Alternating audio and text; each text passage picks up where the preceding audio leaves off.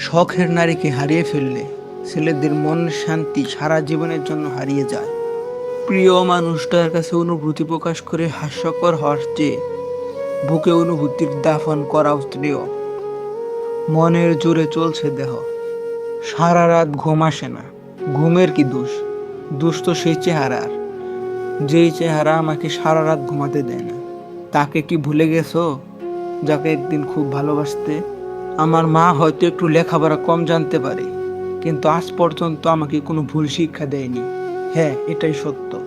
আমি ভুল মানুষ, তাই সবাই আমাকে ভুলে যায়। আমি ঠিক ততটাই ব্যর্থ, যতটা ব্যর্থ হলে আর কোনো কিছু পাওয়ার ইচ্ছে থাকে না।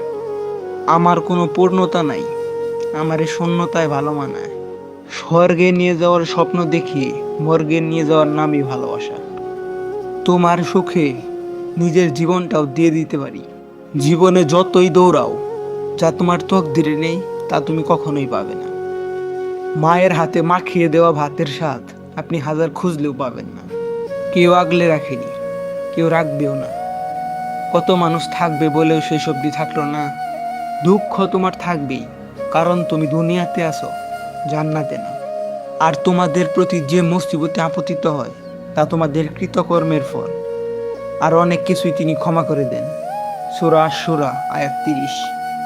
অতঃপর মানুষ চিরকালের জন্য একা। হে যুবক, যৌবনের উচ্ছলতায় কিছু পাপ হবে, হতাশ হওয়ার কিছু নেই। তবে নামাজ কাজা করার পাপ যেন তোমার আমল নামায় না ওঠে। বর্তমান জেনারেশনের যুবক যুবতীরা ফোনের নোটিফিকেশন চেক আর অনলাইনে যে পরিমাণ সময় ব্যয় করছে, এর অর্ধেক সময় যদি মহান রবকে দিত, তাহলে হয়তো তারা রবের অনেক প্রিয় বান্দা হয়ে যেত। আমাকে দিও না প্রভু সেই ঘুম, যে ঘুম শোনে না। আসসালাতু খায়রুম মিনান নাওম। ক্ষণস্থায়ী আনন্দই ডেকে আনে চিরস্থায়ী ক্ষতি।